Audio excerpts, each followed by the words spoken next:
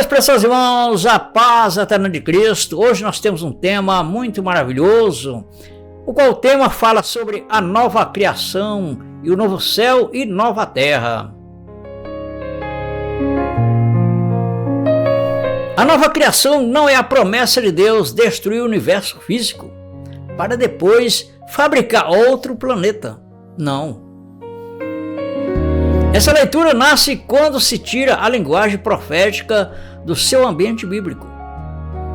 Na Escritura, céu e terra podem representar uma ordem estabelecida diante de Deus, uma estrutura de aliança, governo, culto, povos, sacerdotes, sacerdócio e mediação. Por isso, quando a Bíblia fala de novo céu e nova terra, ela está falando da substituição da antiga ordem pactual pela realidade definitiva da nova aliança em Cristo. Essa leitura está diretamente ligada ao fim da era judaica, a queda do templo em 70 DC e a permanência do reino espiritual consumado. O primeiro ponto é entender que Isaías já usava essa linguagem antes de Apocalipse. Deus disse em Isaías capítulo 65, versículo 17: porque eis que eu crio novos céus e nova terra, e não haverá lembrança das coisas passadas, nem mais se recordarão. O contexto não fala de desaparecimento dos cosmos, mas de restauração, alegria, povo renomado e nova condição diante de Deus. Logo depois, o profeta fala de Jerusalém como motivo de gozo, dizendo em Isaías 65:18: mas vós folgareis e exultareis perpetuamente no que eu crio, porque eis que crio para Jerusalém alegria e para o seu povo gozo.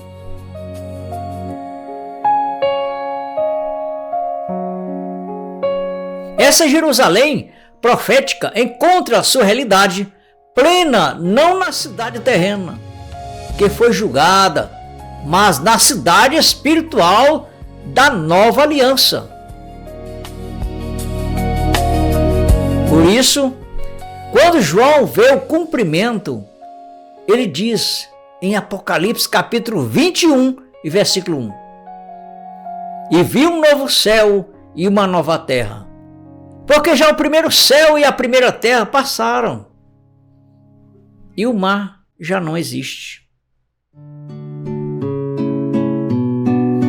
A antiga criação era o mundo da lei, do templo, dos sacrifícios, das purificações, da separação entre os judeus e gentios, da mediação levítica e da culpa lembrada continuamente. Não era o universo físico que precisava passar, mas o mundo pactual antigo, sustentado pela antiga aliança.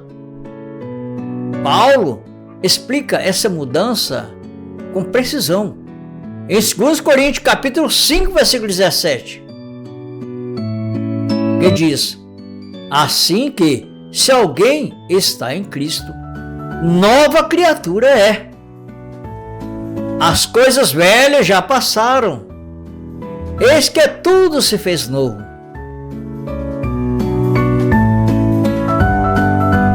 Observe bem que Paulo não diz: um dia, quando o planeta acabar, alguém será nova criatura. Não, ele não diz isso. Ele diz: se alguém está em Cristo.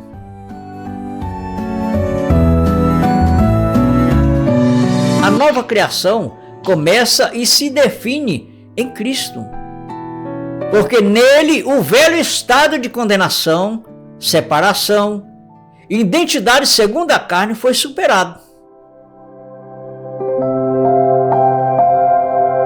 Por isso, novo céu e nova terra não significam troca astronômica, mas mudança de ordem espiritual.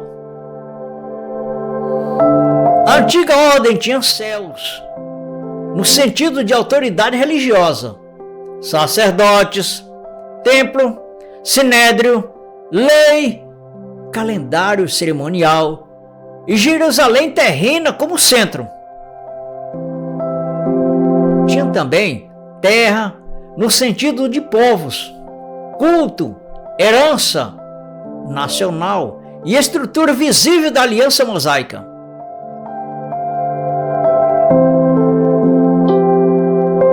Quando essa ordem caiu em 70 DC, passou o primeiro céu e a primeira terra.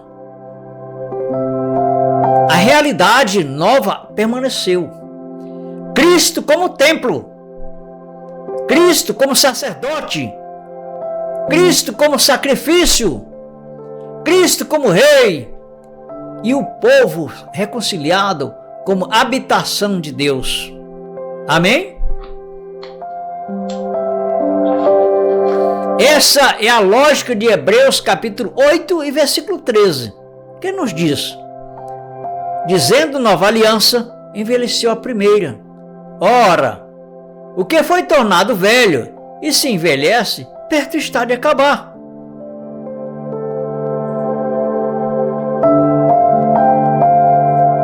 A cruz inaugurou objetivamente essa realidade. Mas a destruição de Jerusalém confirmou historicamente a remoção da velha ordem.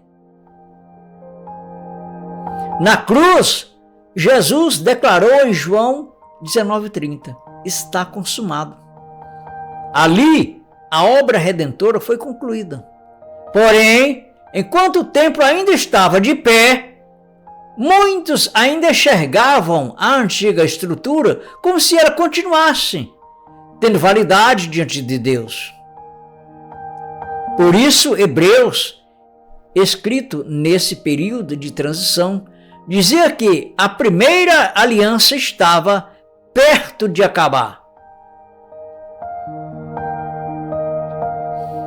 O fim visível veio em 70 anos depois de Cristo.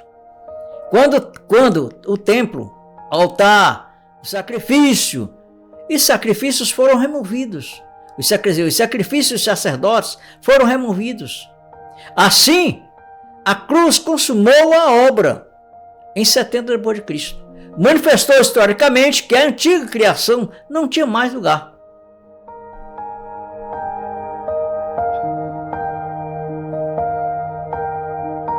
Apocalipse capítulo 21 precisa ser lido nesse fluxo. João não vê primeiro um novo planeta. Não. Ele vê o resultado do juízo contra a velha cidade infiel e da remoção do antigo sistema. Depois da queda da Babilônia, surge a Nova Jerusalém. Por isso está escrito em Apocalipse capítulo 21 e versículo 2. E eu, João, vi a santa cidade, a Nova Jerusalém, que de Deus descia do céu, adereçada como uma esposa ataviada para o seu marido. A cidade é chamada de esposa. E isso mostra que a linguagem espiritual. A Nova Jerusalém não é um bloco urbano descendo fisicamente do espaço, não. Ela representa o povo redimido, a comunidade da nova aliança, a habitação de Deus em Cristo.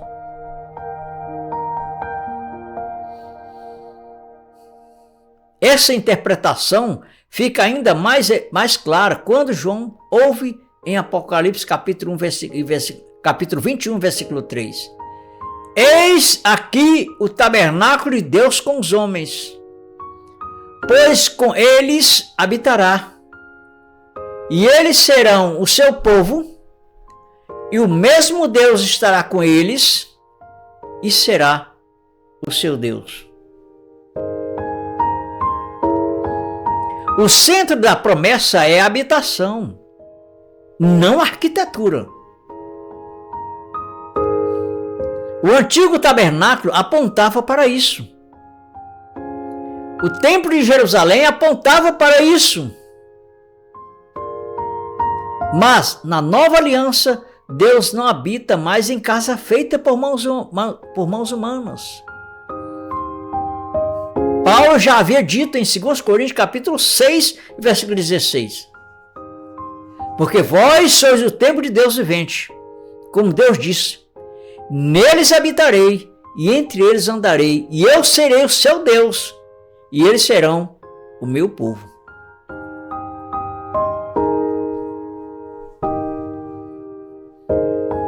A nova criação é o povo em Deus que habita pela realidade consumada de Cristo.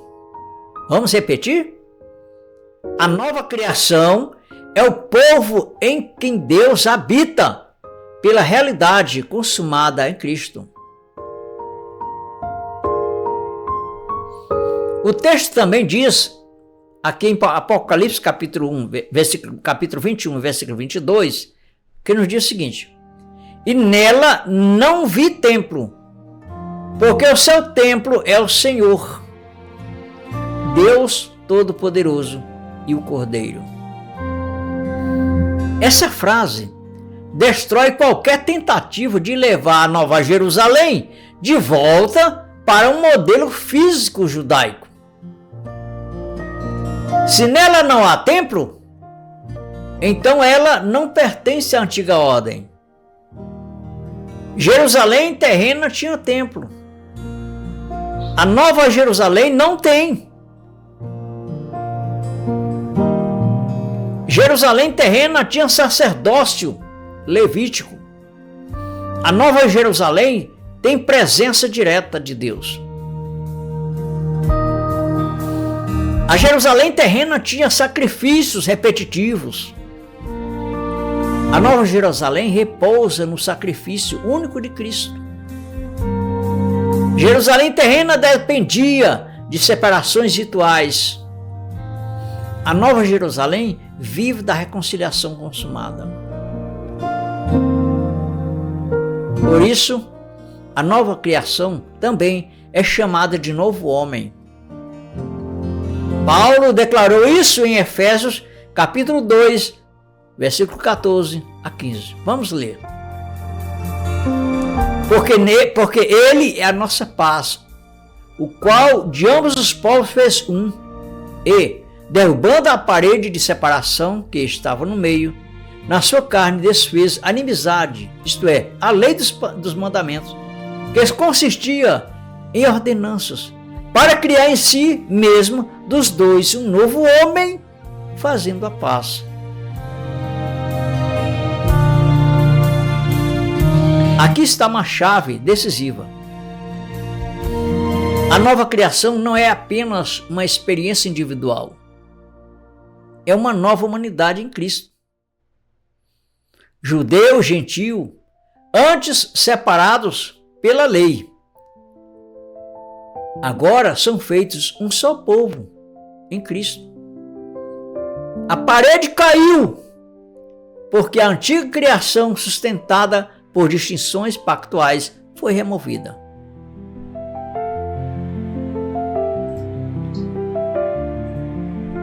Isso explica porque Paulo diz em Gálatas capítulo 6, versículo 15.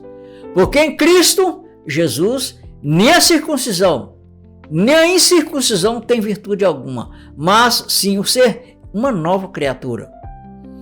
A circuncisão era sinal da antiga ordem. A incircuncisão era a marca dos que estavam fora daquela estrutura. Mas em Cristo, essas categorias perderam o valor espiritual. O que vale agora é ser nova criatura. Essa nova identidade não depende de raça ou rito, templo, calendário, genealogia ou território. Não. Depende de Cristo. A nova criação é a humanidade reconciliada, ou seja, os filhos de Deus reconciliados, vivendo no reino consumado, debaixo da graça e não debaixo da lei. Olá, meus prezados irmãos, minha prezada irmã, irmão, é uma honra estarmos reunidos no mesmo Espírito, crescendo na graça e nesse conhecimento. Se você ainda não deixou o seu like, deixe o like. Se você ainda não se inscreveu, se inscreva no canal, isso é importante. Que Deus continue nos crescendo nessa graça e nesse conhecimento, e até o próximo vídeo.